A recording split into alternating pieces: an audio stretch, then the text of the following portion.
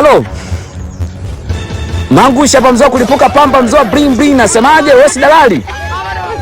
Njoo sisi tayari huko, mambo ya msiba tumeshamaliza, wewe andaa hiyo hela, sisi tutaka kuuza mali za marehemu. Nyumba ipo, tena nyumba tena. Kuna nyumba, kuna viwanja.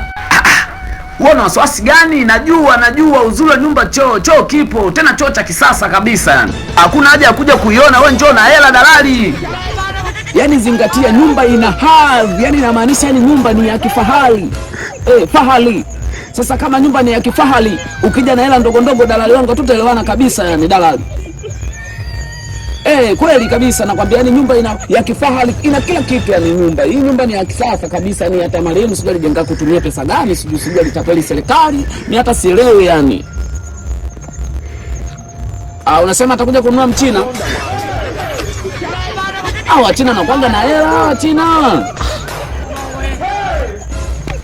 Sasa dalali umesema utakuja na milioni 70.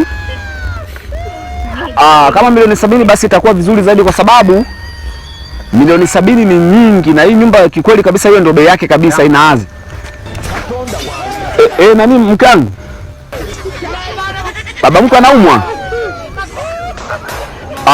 Sasa kama baba mkwe anaumwa, ina maana ameshameza panado?